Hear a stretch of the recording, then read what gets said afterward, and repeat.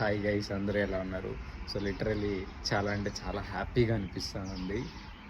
ఇంకా కొన్ని రోజుల్లో మొత్తం హౌస్ కన్స్ట్రక్షన్ అనేది కంప్లీట్ అయిపోతుంది అన్నమాట. మెయిన్ నా రూమ్ చూసుకున్నట్టయితే నాకే అంటే చాలా హ్యాపీగా అనిపిస్తూ ఉంది.